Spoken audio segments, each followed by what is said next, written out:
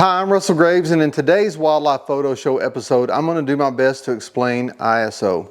It's not going to be a long video. I hope to get to it pretty quick. So stay tuned all the way to the end. I've got a special gift for you. Welcome out here to the barn. Let's get started.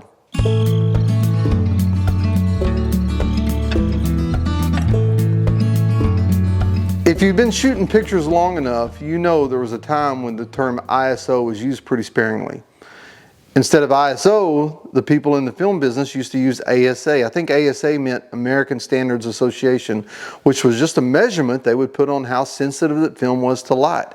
Well, over time, instead of just using American standard, we adopted the International Standards Organization way of measuring film.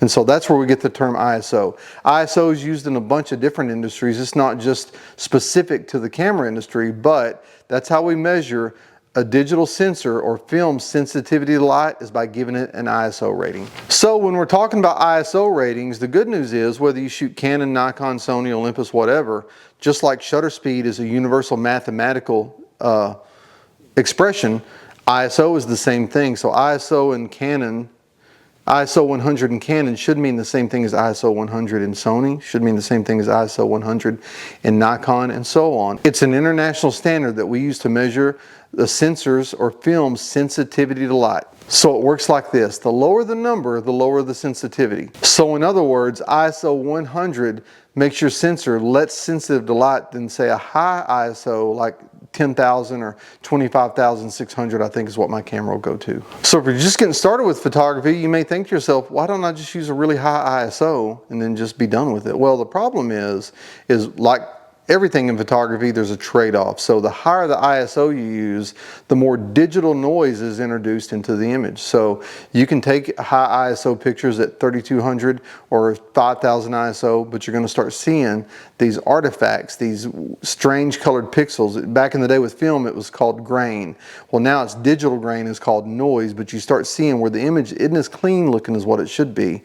And so that's the trade-off of using high ISOs. Now the trade-off of using really low ISOs is sometimes if you're needing to shoot at a faster shutter speed, the lens combination and the shutter speed you're trying to achieve just can't be achieved when you're shooting at really low ISOs.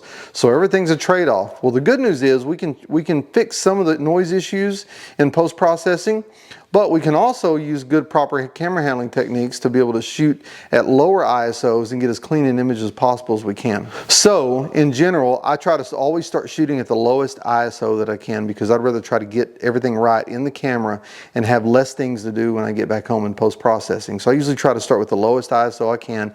It's going to give me the cleanest image, but knowing I have the ability to go higher on my ISO and then clean up those images in post-processing if that's something I need to do.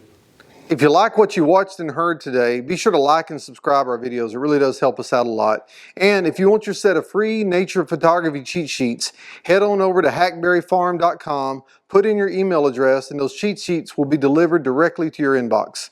Thanks a lot.